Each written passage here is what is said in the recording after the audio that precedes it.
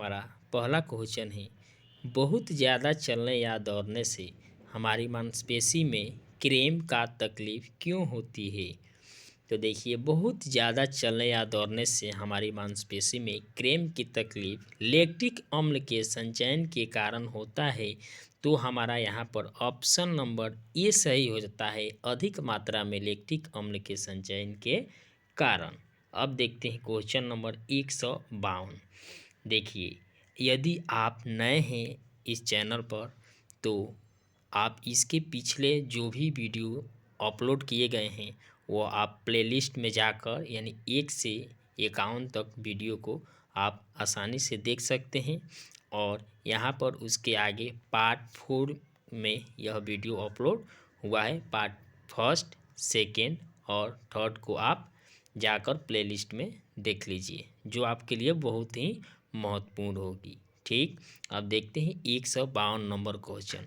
देखिए, 152 number question क्या है कि मनुष्य का प्रमुख उत्सर्जी अंग है। देखिए, यकृत, अग्नाशय, वृक्क और फेफड़ा, इनमें से उत्सर्जी अंग जो है वह ऑप्शन नंबर सी में है, वृक्क यानी किडनी जो है वह मनुष्य का प्रमुख उत्सर्जी अंग है। किडनी जो है मनुष्य का प्रमुख उत्सर्जी अंग होता है। ठीक, अब देखिए इसके आगे देखते हैं 153 नंबर क्वेश्चन। तो देखिए 153 नंबर जो क्वेश्चन है वह कहता है कि निम्नलिखित में कौन एमिनो अम्ल के विखंडन से बनता है। यानी एमिनो अम्ल के विखंडन से कौन बनता है, तो अमोनिया बनता है। कौन बनता है? अमोनिया बनता है। तब क्वेश्चन नंबर 154 देखते हैं, निम्नलिखित में कौन सा संवहन ऊतक है, यानी कौन ढोने वाला ऊतक है। तो यहाँ पर फ्लोएम और जाइलम, यह दोनों ढोने वाला ऊतक है। फ्लोएम भोजन को ढोता है और जाइलम जल को ढोता है। तो हमारा ऑप्शन नंबर डी सही हो जाता है। ठीक, अब देखते हैं क्वेश्चन नंबर 155। 155 में है कि प्रोटोजोआ उत्सर्जी पदार्थ का निष्कर्षण कैसे करता है। तो देखिए, जो प्रोटोजोआ होते हैं वो उत्सर्जी पदार्थ का निष्कर्षण विसरण द्वारा करते हैं। तो ऑप्शन नंबर बी हमारा सही होता है। अब देखते हैं 156, मनुष्य के शरीर की सबसे बड़ी ग्रंथि है। तो जो लीवर होता है यानी यकृत होते हैं वो मनुष्य के शरीर की सबसे बड़ी ग्रंथि होती है। यानी ऑप्शन नंबर डी में जो है यकृत वह मनुष्य की शरीर की सबसे बड़ी ग्रंथि है। ठीक, अब देखते हैं 157, मानव हृदय में कितने प्रकोष्ठ होते हैं। तो मानव हृदय में 4 प्रकोष्ठ होते हैं। ठीक, अब देखिए रक्त क्या है। तो रक्त एक तरल संयोजी ऊतक है, जो हमारा ऑप्शन नंबर ए में दिया है, ऊतक है। रक्त क्या है? ऊतक है। अब देखते हैं 159 नंबर क्वेश्चन, श्वसन के अंतिम उत्पाद क्या है। तो देखिए, श्वसन की अंतिम उत्पाद एनर्जी, कार्बन डाइऑक्साइड और जल होते हैं। तो देखिए, इसमें कार्बन डाइऑक्साइड और जल दिया है तो ऑप्शन ए नहीं होगा, यानी बी में कार्बन डाइऑक्साइड एनर्जी दिया है, यह होगा। इसके अलावा जल भी मिलता है तो ऑप्शन नंबर बी भी नहीं होगा। ठीक, अब देखते हैं सी, जल दिया है, एनर्जी दिया है, लेकिन कार्बन डाइऑक्साइड नहीं दिया है तो यह भी नहीं होगा। तो श्वसन के अंतिम उत्पाद क्या क्या होते हैं? एनर्जी, जल, carbon dioxide. Option number D हमारा सही होता है। 160 कह रहा है कि दांत की सबसे ऊपरी परत को इनामेल कहते हैं, यानी ऑप्शन नंबर बी सही है। दांत के सबसे ऊपरी परत को क्या कहते हैं? इनामेल कहते हैं। ठीक, अब देखिए, मानव आहार नाल का सबसे लंबा भाग है। तो यह मानव आहार नाल की सबसे लंबा भाग जो होती है वो छोटी आंत होती है, यानी स्मॉल इंटेस्टाइन होती है। Option number B. चलनी नलिकाएं पाई जाती है, यानी चलनी नलिकाएं जो होती है वह किस में पाई जाती है। तो फ्लोएम में चलनी नलिकाएं पाई जाती है। यहाँ पर आसानी से हमारा ऑप्शन नंबर सी सही है, यानी फ्लोएम में चलनी नलिकाएं पाई जाती है। 163 नंबर क्वेश्चन कह रहा है कि आरबीसी की जीवन अवधि होती है। देखिए, आरबीसी की जीवन अवधि जो होती है वह 120 दिन होती है, यानी आरबीसी की जीवन अवधि 120 दिन होती है। अब देखिए स्वपोषी पोषण के लिए आवश्यक है, तो स्वपोषी पोषण के लिए सूर्य के प्रकाश, जल, कार्बन डाइऑक्साइड और क्लोरोफिल, यह चारों ही आवश्यक होते हैं। तो स्वपोषी पोषण यानी जो अपना भोजन स्वयं बनाते हैं उसके लिए क्लोरोफिल, कार्बन डाइऑक्साइड, जल तथा सूर्य के प्रकाश, यह चारों आवश्यक होती है। डी नंबर सही होगा। मैग्नीशियम पाया जाता है, मैग्नीशियम क्लोरोफिल में पाया जाता है, ऑप्शन नंबर ए सही होगा। न्यूक्लियस शब्द किसके द्वारा दी गई थी? देखिए न्यूक्लियस जो शब्द है वह रॉबर्ट ब्राउन के द्वारा दिया गया है, तो ऑप्शन नंबर ए सही होता है हमारा, रॉबर्ट ब्राउन। यानी न्यूक्लियस शब्द किसने दिया था? रॉबर्ट ब्राउन ने दिया था। ठीक, अब देखिए यहाँ पर रुडोल्फ विर्चो भी दिए हैं, रॉबर्ट हुक ने दिया था। देखिए रॉबर्ट हुक ने कोशिका की खोज की थी। रुडोल्फ विर्चो जो थे वह ओमनी सेलुला ई सेलुला शब्द को दिया था, यानी पहले से उपस्थित कोशिका से ही नया कोशिका बनता है। यहाँ पर हमारा न्यूक्लिक शब्द किसने दिया था? तो रॉबर्ट ब्राउन ने दिया था, ऑप्शन नंबर ई सही होता है। 167 नंबर क्वेश्चन कह रहा है कि पौधे में भोजन किस रूप में जमा होता है? तो देखिए पौधा में भोजन जो होता है वो स्टार्च के रूप में जमा होता है। किसके रूप में होता है? स्टार्च के रूप में, ऑप्शन नंबर सी सही होता है। और जंतु में भोजन जो होता है वो ग्लाइकोजन के रूप में जमा होता है, इसको भी ध्यान में रखिएगा। देखिए कह रहा है जो प्रसिद्ध पुस्तक द माइक्रोग्राफिया किसके द्वारा लिखी गई थी? तो यह द माइक्रोग्राफिया जो है रॉबर्ट हुक के द्वारा लिखी गई थी, तो ऑप्शन नंबर डी सही होता है। अब देखते हैं इसके आगे। पौधों और पशु की कोशिका का वैज्ञानिक अध्ययन क्या कहलाता है? तो देखिए कोशिका के वैज्ञानिक अध्ययन को कोशिका विज्ञान कहते हैं। सिंपली यह ऑप्शन नंबर बी सही होगा, ऑप्शन नंबर बी जो है वह सही होगा। ठीक,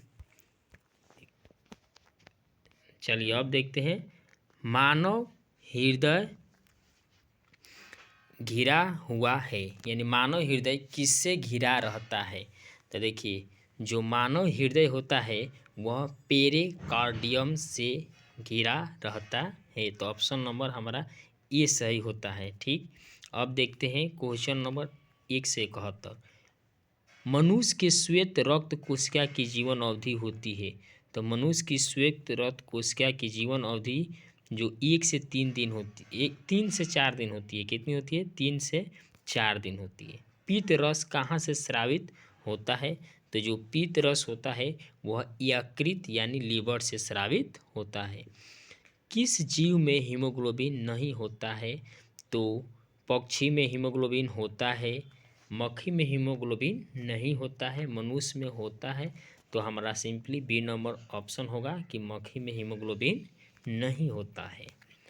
हीमोग्लोबिन की कमी से कौन सा रोग होता है? यानी हमारे शरीर में जब हीमोग्लोबिन की कमी हो जाएगी तो एनीमिया नामक रोग होता है। क्या होता है?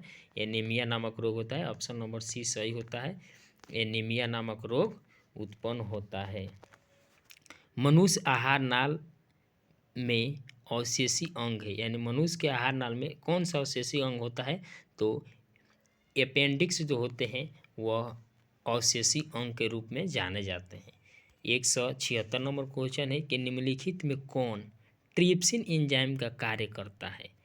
यानी ट्रिप्सिन एंजाइम इनमें से कौन सा कार्य करता है? तो देखिए ट्रिप्सिन एंजाइम जो होता है प्रोटीन का पाचन करता है। क्या करता है? प्रोटीन का पाचन करता है। यहाँ पर सी नंबर सही होगा। 177 नंबर क्वेश्चन कर रहा है कि मुख गुहा में आहार का कौन सा भाग का पाचन होता है?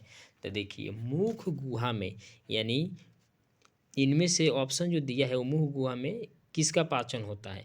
प्रोटीन का नहीं, प्रोटीन का पाचन पेट में होता है, लेकिन कार्बोहाइड्रेट का पाचन मुख गुहा में होता है। ठीक, और वासा का पाचन यह भी आमाशय में होता है, यानी यह लाइपेज नामक एंजाइम की उपस्थिति में होता है। तो मुख गुहा में आहार का कौन सा भाग का पाचन होता है? तो कार्बोहाइड्रेट का होता है। बी नंबर हमारा सही होता है। ऑक्सीजन का वाहक कौन होता है? देखिए ऑक्सीजन का वाहक आरबीसी होता है। कौन होता है? आरबीसी होता है। अब देखते हैं 179 नंबर क्वेश्चन की पौधे में श्वसन होता है। तो देखिए पौधों में श्वसन जड़ में, पत्ती में, ताना में, इन सभी में होता है। तो ऑप्शन नंबर डी सही होता है। ऑप्शन नंबर हमारा डी यहाँ पर सही होता है। निम्नलिखित में स्वपोषी कौन है? यानी निम्नलिखित में स्वपोषी कौन है? यानी हरे पौधे स्वपोषी हैं, तो सही है। बी नंबर मछली दिया है, नहीं यह परपोषी होते हैं। कीट यह मृत मतलब यह भी दूसरे जीवों पर आश्रित रहते हैं। अमीबा यह भी दूसरे जीव पर आश्रित रहते हैं। स्वपोषी हरे पौधे होते हैं। किस पौधे में रंध्र अनुपस्थित रहते हैं, यानी इनमें से जो ऑप्शन है उनमें किस में रंध्र नहीं पाया जाता है, तो हाइड्रिला में रंध्र नहीं पाया जाता है। आम, नागफनी और कनेर में रंध्र पाए जाते हैं। हाइड्रिला में रंध्र नहीं पाए जाते हैं।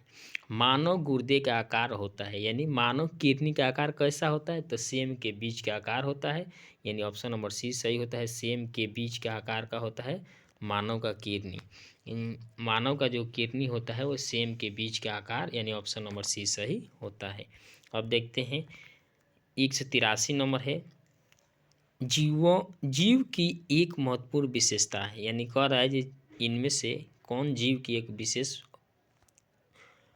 विशेषता यानी महत्वपूर्ण विशेषता है, तो अणु की गति नहीं, यह निर्जीव में भी संभव है। वृद्धि यह भी निर्जीव में संभव है। संघ यह भी निर्जीव में संभव है। लेकिन समन्वय जो है वह केवल सजीव में ही संभव है, तो इसलिए सजीव की यह महत्वपूर्ण विशेषता है क्या, समन्वय। स्वपोषी पोषण होता है, देखिए स्वपोषी पोषण होता है तो पौधों में, कवक में, कुछ प्रोटिस्टा और प्रोकैरियोटिक्स में, और ऑप्शन डी कह रहा है कि ए और सी दोनों में।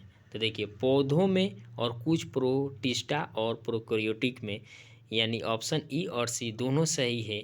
पौधों में भी होता है स्वपोषी और कुछ प्रोटिस्टा और प्रोकैरियोटिक में भी होता है स्वपोषी पोषण, यानी यह अपना भोजन स्वयं बनाते हैं। तो ऑप्शन नंबर डी हमारा यहाँ पर सही होता है। ऑप्शन नंबर डी सही होता है। अब देखते हैं ग्लाइकोलाइसिस होता है, यानी ग्लाइकोलाइसिस कहाँ होता है, तो कोशिका द्रव में होता है। ग्लाइकोलाइसिस कहाँ होता है, कोशिका द्रव में होता है। ठीक, मानव मूत्र में यूरिया की प्रतिशत मात्रा होती है 2% होती है। कितनी होती है, 2% होती है यूरिया की मात्रा मानव मूत्र में। पौधों में गैसों का आदान प्रदान होता है रंध्र द्वारा, यानी ऑप्शन नंबर बी सही हो जाएगा। जो पौधों में गैसों का आदान प्रदान जो होता है रंध्र द्वारा होता है।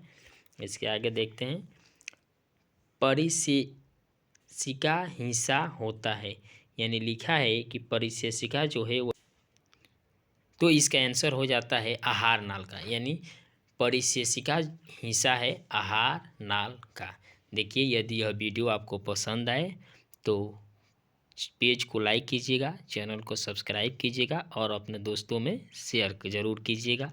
ठीक, अब देखते हैं 189 नंबर क्वेश्चन कि ट्रेकिया किस जीवन का श्वसन अंग है। देखिए जीवन की जगह जीव होना चाहिए, तो ट्रेकिया किस जीव का श्वसन अंग है, तो ट्रेकिया कॉकरोच का श्वसन अंग होता है। 190 नंबर क्वेश्चन है कि गार्ड कोशिका की कौन सी भित्ति मोटी होती है, तो गार्ड कोशिका की भीतरी भित्ति जो होती है वह मोटी होती है। यहाँ पर हमारा 190 क्वेश्चन यानी पार्ट 4 में 190 क्वेश्चन कंप्लीट होता है, और उम्मीद करते हैं कि आप पार्ट 1, 2, 3, 4 सभी को आप देखे हैं, और पसंद आए तो कमेंट में ज़रूर बताइएगा। बहुत बहुत धन्यवाद। ठीक।